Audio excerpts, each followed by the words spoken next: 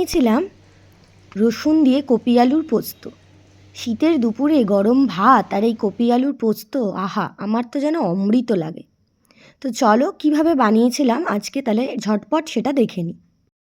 Copy আলুর পোস্ত, তো এটা করতে তো কপি আর আলু এটা লাগবেই। তাছাড়া নিয়েছিলাম একটা বড় সাইজের পেঁয়াজ, ঝালের জন্য কাঁচা লঙ্কা আর কয়েক কোয়া রসুন। তো আলুর খোসাগুলো ছাড়িয়ে নিয়ে তারপর আলুগুলোকে ছোট্ট ছোট্ট টুকরো করে কেটে নিয়েছিলাম। তারপরে কপিগুলোকেও সেমভাবে আলুর থেকে একটু বড় করে, মোটামুটি ওই ছোটোর মতোই করে কপিগুলোকেও কেটে নেব। তো তারপরে আলু আর কপি এগুলোকে খুব ভালো করে জল পাল্টে পাল্টে 3 থেকে 4 বার সবাই ধুয়ে নেবে। তো কপি আর আলু আমার সুন্দরভাবে কাটা হয়ে গেছে। এরপর পেঁয়াজ, লঙ্কা আর রসুনটা কেটে নেব। তো পেঁয়াজটা কেটেছিলাম একবারে কুচি কুচি করে, ছোট ছোট করে। রসুনটাও সেমভাবে একদম কুচি কুচি চপড করে নিয়েছিলাম, আর কাঁচা লঙ্কাগুলো গোটাই ছিল। তো তারপরে পোস্তটা একটা মিক্সিং জারে নিয়ে নিয়েছিলাম, আর এর মধ্যে 4খানা কাঁচা লঙ্কা দিয়ে দিয়েছিলাম। তো তারপর এটাকে একদম সুন্দরভাবে পেস্ট করে নেবো অল্প অল্প করে জল দিয়ে। যেহেতু পোস্তটা অল্প, তো সেহেতু একটা ছোট্ট ট্রিক্স বলে দিই। যারা অল্প পোস্ত মিক্সিতে বাটতে পারো না, বা বাটার সময় মনে হয় পোস্তগুলো বাটা হলো না, তারা এটাকে ফার্স্টে একটু শুকনো বেটে নেবে, মানে শুকনো ঘুরিয়ে নেবে, তাহলে দেখবে সুন্দর হয়ে। তো চলো তারপর কড়াইটা বসিয়ে দিয়েছিলাম, আর এর মধ্যে পর্যাপ্ত সর্ষের তেল দিয়ে সেটা ভালো করে গরম করে নিয়ে কড়াইয়ের গায়েতে চারিদিকে লাগিয়ে নিলাম। এরপর প্রথমেই দেব সামান্য কালো জিরে। কালো জিরেটা হালকা একটুখানি ফ্রাই মতন হয়ে গেলে তারপর এর মধ্যে দেব একটা চেরা কাঁচা লঙ্কা আর অল্প একটু চপড করা রসুন। এটা ভালোভাবে একটু ফ্রাই হয়ে গেলে, এর গন্ধটা তেলের মধ্যে চলে এলে দিয়ে দেব কুচি করে রাখা পেঁয়াজ। পেঁয়াজটা ভালো করে নেড়ে চেড়ে ভেজে নেব। যতক্ষণ না পেঁয়াজটা মোটামুটি ট্রান্সপারেন্ট হচ্ছে ততক্ষণ অবধি পেঁয়াজটাকে ফ্রাই করব। পেঁয়াজটা ভালো মতন ফ্রাই করা হয়ে গেলে এরপর কেটে ধুয়ে রাখা আলু এবং কপি দুটোই একসঙ্গে দিয়ে দেবো।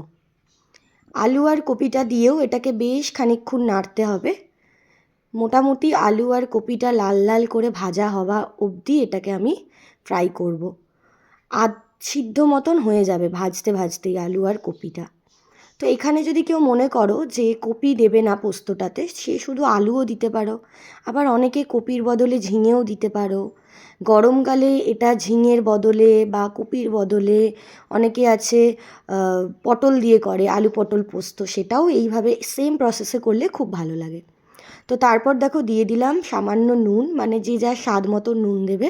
আর হলুদটা অপশনাল, যদি তোমাদের মনে হয় পোস্তয় হলুদ ভালো লাগে তাহলে হলুদ দেবে, আর যার মনে হবে যে না সাদা পোস্ত খাবো তাহলে সে হলুদ দেবে না। আমি খুব সামান্য একটু হলুদ দিয়েছিলাম। তো দেখো হলুদ আর নুন দিয়ে এটাকে আরও একটুখানি ভাজবো।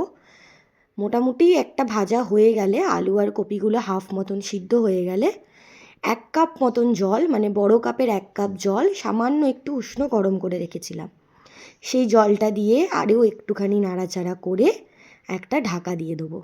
মোটামুটি 5 থেকে 7 মিনিট মতন ঢাকাটা দিয়ে রাখলেই হবে। তার মধ্যে আলু আর কপিটা ভালোভাবে সেদ্ধ হয়ে যাবে। তো আমার নাড়ানো চাড়ানো হয়ে গেছে, তো এবার ঢাকাটা দিয়ে দেবো। আরেকটা কথা তোমাদের এর মাঝেই বলে রাখি, যতক্ষণ আলু কপিটা সিদ্ধ হচ্ছে, আলু আর কপির পোস্ত করতে গেলে যে কোনো পোস্তর মধ্যেই যদি সামান্য একটু সাদা তিল পেস্ট করে দিয়ে দাও, তাহলে দেখবে পোস্তর টেস্ট আরও দ্বিগুণ বেড়ে গেছে। আমার বাড়িতে তিলটা ছিল না, সেই জন্য আমি তিলটা দিতে পারিনি, কিন্তু কোনো একদিন আমি তিল দিয়ে পোস্ত করে দেখাবো। তো দেখো পোস্তটা মোটামুটি সিদ্ধ হয়ে গেছে। এর মধ্যে দিয়ে দিলাম পোস্ত আর কাঁচা লঙ্কা, যেটা জল দিয়ে বেটে রেখেছিলাম সেই বাটাটা। তো এটা দিয়ে এটাকে আরও বেশ কিছুক্ষণ নাড়বো, যতক্ষণ না এই জলটা মোটামুটি শুকাচ্ছে। আর এই পোস্তর বাটি ধোয়াও আরও বেশ কিছুটা জল এর মধ্যে দিয়ে দেবো। তো দেখো জলটা দিয়ে দিচ্ছি। আর এটাকে যে যেরকম খেতে চাও আর কি, কেউ যদি একদম শুকনো খেতে চাও সে জলটা অ্যাভয়েড করবে, জলটা না দেওয়ার চেষ্টা করবে। আর কেউ যদি একটু মনে করো যে না হালকা ঝোল ঝোল পোস্ত খাবো, তাহলে সে একটু জল দেবে। তো দেখো একটু টেস্টটা ব্যালেন্স করার জন্য সামান্য একটু চিনি দিলাম। চিনি দিয়ে পোস্তটাকে আবার একটু ভালো করে নেড়ে নেবো, আর গ্যাসের ফ্লেমটা একদম হাই করে দিলাম।